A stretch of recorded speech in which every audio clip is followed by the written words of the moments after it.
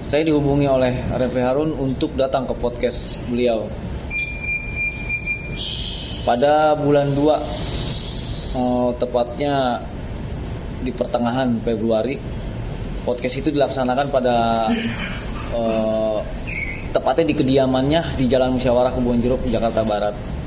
Isi podcast sejalan dengan pesan Habib sebelumnya dan sudah diketahui oleh Refli Harun, yaitu saya mengaku sebagai ex-napiter untuk mengangkat citra beliau dan sekaligus menyangkal bahwa saudara Munarman terlibat jaringan kelompok terorisme atau ISIS. Itu tidaklah benar.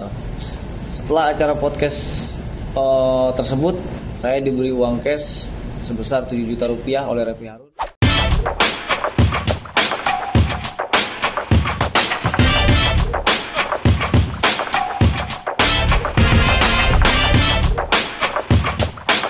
Udah nonton kan video tadi?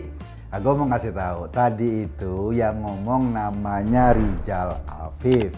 Rijal ini pernah jadi narasumber di podcastnya Refli Harun. Lo denger dong cerita bagaimana Rijal berbohong dan kebohongannya itu diketahui sama Refli Harun. Dan Refli Harun ngundang dia di podcastnya untuk diwawancarai demi membela Munarman, demi membersihkan namanya Bahar Smith dengan bayaran 7 juta. Waktu video podcast itu viral dan beredar, gua sempet nulis di Twitter. Nah, sekarang video itu udah di take down, udah diturunin sama Refli Harun. Gua nggak tahu alasan kenapa video itu diturunin. Mungkin nih ya, mungkin karena merasa ditelanjangi, merasa malu, jadi video itu diturunin. Apapun alasannya, ketika barang buktinya diturunin, berarti kemungkinan besar ada yang salah di situ. Gua pernah nge-tweet di Twitter beberapa waktu lalu mengomentari video itu. Aduh, tulisan gue ya. Kabarnya Rijal Afif dibayar 7 juta untuk berbohong ngaku sebagai mantan napiter di podcastnya Refli Harun. Tujuannya mau membela Munarman atas arahan Bahar Smith dan Refli. Lo tahu apa reaksi Refli Harun terhadap tweet gue yang kemudian jadi berita di berbagai media? Gue bacain sedikit aja sih. Dia bilang gini nih, di Warta Ekonomi. Ini udah fitnah, kata Refli ke gue nih dalam beritanya. Tapi saya nggak mau main polisi-polisian. Yang penting, kata Refli, kita adu integritas saja. Kira-kira masyarakat mau percaya yang mana? Refli atau Eko Kun tadi? Nah, gitulah jawaban Refli Harun di media. Dan itu dikutip Warta Ekonomi. Jelas dong, kalau dibandingkan Refli sama Eko Kun tadi, orang mungkin percaya sama Refli Harun. Dia pakar tata negara. Dia katanya orang berpendidikan. Dia bekas komisaris yang dicopot. Komisaris BUMN loh. Dia juga punya podcast dengan sedemikian besar penonton atau subscriber. Refli ingin mengatakan bahwa dia lebih berintegritas, lebih jujur, lebih bisa dipercaya. Gua bukan siapa-siapa. Jadi kita biarkan saja. Gua nggak pernah jawab. Tiba-tiba Rijal Afif, sumber yang diwawancarai sama Refli Harun, cerita sendiri. Apa yang gua omongin di tweet dibenarkan oleh Rijal Afif. Ini pasti yang salah bukan Refli Harun. Kenapa? Karena Refli Harun adalah seorang pakar. Seorang yang punya integritas luar biasa. Bahkan katanya dia cuma ngasih transport nggak sampai 500.000 ke Rijal Afif. Beda seperti yang pengakuannya Rijal Afif, dia dikasih 7 juta rupiah. Kalau ada dua yang bertentangan gini, terserah lo mau percaya yang mana. Percaya pada Refli Harun atau percaya pada Rijal Afif. Sama gue sih nggak percaya nggak apa-apa. Tapi ini laku loh. dia adalah narasumber yang dijadikan narasumber oleh Refli Harun. Dia yang diwawancarai dan dia ngaku. Buktinya apa? Dia memang bukan napi teroris seperti yang disampaikan di podcastnya Refli Harun. Dan kata Rizal Afif, Refli Harun tahu bahwa dia cuma napi pidana kelas coro. Kayak nyolong jambu gitu deh, nyolong sendal, gitulah kelas-kelas coro. Jadi waktu di penjara, Rizal ketemu sama Bahar Smith. Dan saat itu Rafli lagi besuk. Ketika ngomong-ngomong, disettinglah sebuah skenario agar si Rizal Afif ini menjadi narasumber. Dia harus berbohong, ngaku sebagai mantan napi teroris. Lalu bercerita bahwa kelakuan Bahar Smith itu kelakuannya, akhlaknya luar biasa. Nggak mungkin jadi teroris kalau ceramah bahasanya adem. Nggak pernah ada orang yang tersinggung. Rambutnya gondrong bukan karena dia pengen gondrong, tapi nggak sempet nyukur rambut. Mungkin kayak gitu deh. Dia bule bukan sengaja dibulein, tapi sering main panas-panasan. Gitulah kira-kira. Terus yang kedua, dia mau cerita bahwa Munarman sama sekali nggak terlibat teroris. Dia cerita seolah-olah dia mantan napi teroris. Nyatanya cecunguk ini cuma maling kelas teri, bandit kelas coro, kantong sampah kata Iwan Fals.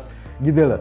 Sehingga apa? Sehingga informasi yang ada di podcastnya Refli Harun itu 152,7% hoax.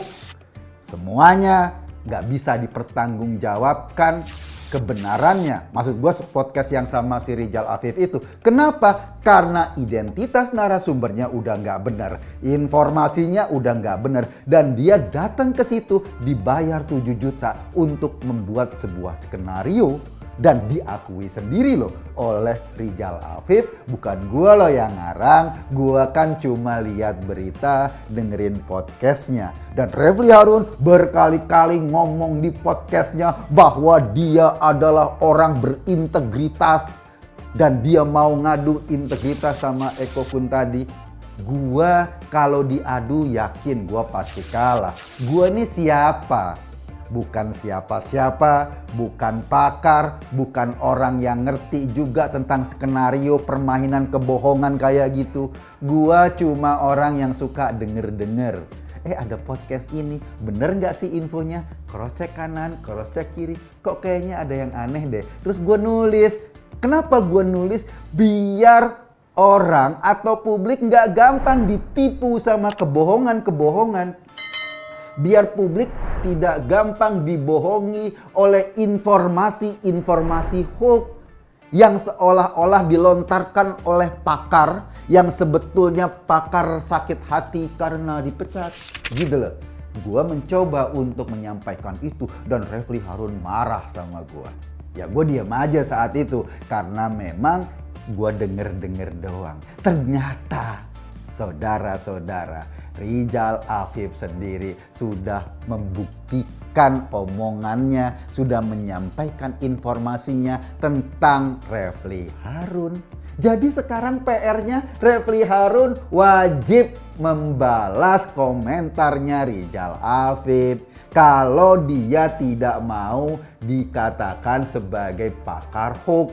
Kenapa? Karena apa yang disampaikan Rizal Afif dan yang disampaikan Refli Harun untuk ngeles itu berbanding kebalik 180 derajat. Rizal Afif bilangnya dibayar 7 juta, Refli Harun ngomongnya cuma transport nggak sampai 500.000. Refli Harun bilangnya saya nggak tahu sebelumnya Rizal Afif siapa. Tapi Rizal Afif cerita bahwa Refli Harun tahu pasti dia bukan napi teroris. Dia cuma cecunguk kelas coro yang disemprot baygon pingsan. Sekelas itulah. Dan kemudian dia juga terlibat pidana penculikan anak-anak kecil. Semacam mungkin bakal dimangsa jadi pedofil kayak gitu deh. Ini kan agak mengerikan.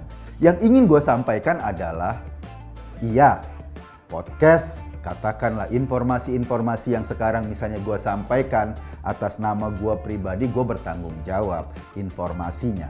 Kalau salah atau kalau sengaja berbohong, semestinya Refli punya tanggung jawab moral untuk menjelaskan kepada publik, oke, gue salah. Emang gue bayar Rizal Afiff 7 juta dan gue menyuruh dia dengan skenario-skenario tertentu untuk membela Munarman dan Bahar Smith.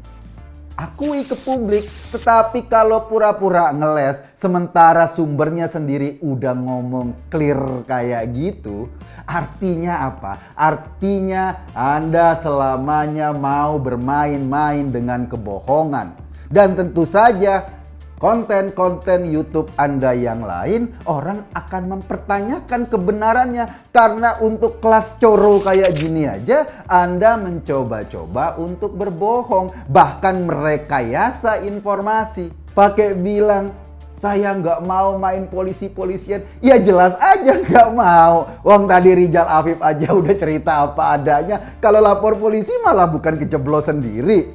Kan kayak ular nyamperin ceweknya gitu loh. Kayak ular nyamperin pasangannya, dipatok nanti sama polisi. Karena sebetulnya informasi yang Anda sampaikan itu bertentangan dengan kebenaran. Apakah benar kayak gitu? Gue juga nggak tahu pasti. Yang pasti sekarang informasi dari Refli Harun sebagai pewawancara dan Rizal Afiff sebagai narasumber saling bertentangan. Dan fakta kedua, video itu sudah di take down, sudah diturunkan. Kalau saja Refli yakin dengan posisinya, videonya nggak di take down dong. Videonya nggak diturunin dong. Iya sih, Anda adalah pakar hukum, ngerti ngeles-ngeles kayak gitu. Tapi membohongi semua orang dengan rekayasa seperti yang diceritakan Rizal Afiff, itu membuat bangsa ini jadi bodoh. Sebagai pakar telepancika, sebagai pakar hukum, Anda mestinya punya tanggung jawab moral untuk menginformasikan sesuatu yang benar kepada publik Anda.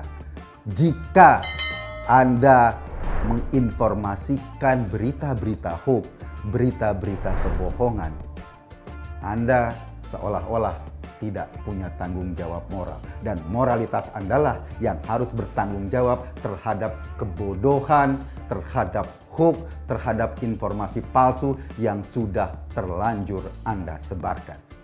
Gue Eko Kuntadi di acara Masuk Pak Eko. Terima kasih. Saya Rizal Afiff, tepat tanggal lahir di Bogor 21 September 1994. Alamat di Jalan Manggis RT 1 RW 9 Desa Bojongsari Baru, Kota Depok. Status saya saat ini sebagai tahanan Polres Bogor dalam perkara penculikan. Tujuan saya dalam testimoni ini adalah untuk memberi klarifikasi terkait pengakuan saya sebagai ex-napiter atau narapidana terorisme adalah tidak benar atau bohong. Bermula pada saat sebagai narapidana di Lapas Gunung Sindur. Ketika itu saya bersama Habib Bahar sebagai murid beliau. Saya banyak dikenalkan para tokoh yang datang ke Lapas Gunung Sindur, termasuk salah satunya saudara Refli Harun yang saat itu membesuk Habib Bahar. Habib sempat berpesan kepada saya, nanti ketika saya bebas, saya akan dimintai bersaksi atau berbicara bahwa Habib Bahar bin Smith tidaklah radikal dan beliau seorang yang NKRI. Hal tersebut untuk mematahkan pernyataan Pak Dudung sebagai Kepala Staf Angkatan Darat.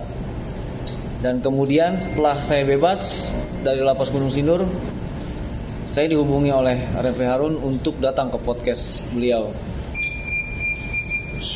Pada bulan 2, tepatnya di pertengahan Februari, podcast itu dilaksanakan pada tepatnya di kediamannya di Jalan Musyawarah Kebonjeruk, Jakarta Barat. Isi podcast sejalan dengan pesan Habib sebelumnya dan sudah diketahui oleh Refli Harun, yaitu saya mengaku sebagai ex-napiter untuk mengangkat citra beliau. dan sekaligus menyangkal bahwa saudara Munarman terlibat jaringan kelompok terorisme atau ISIS itu tidaklah benar. Setelah acara podcast tersebut, saya diberi uang cash sebesar 7 juta rupiah oleh Refy Harun, dan setelah itu saya kembali ke rumah. Demikian pernyataan dan klarifikasi ini saya buat tanpa ada paksaan dari pihak manapun, dan saya bertanggung jawab atas kebenaran pernyataan ini. Terima kasih.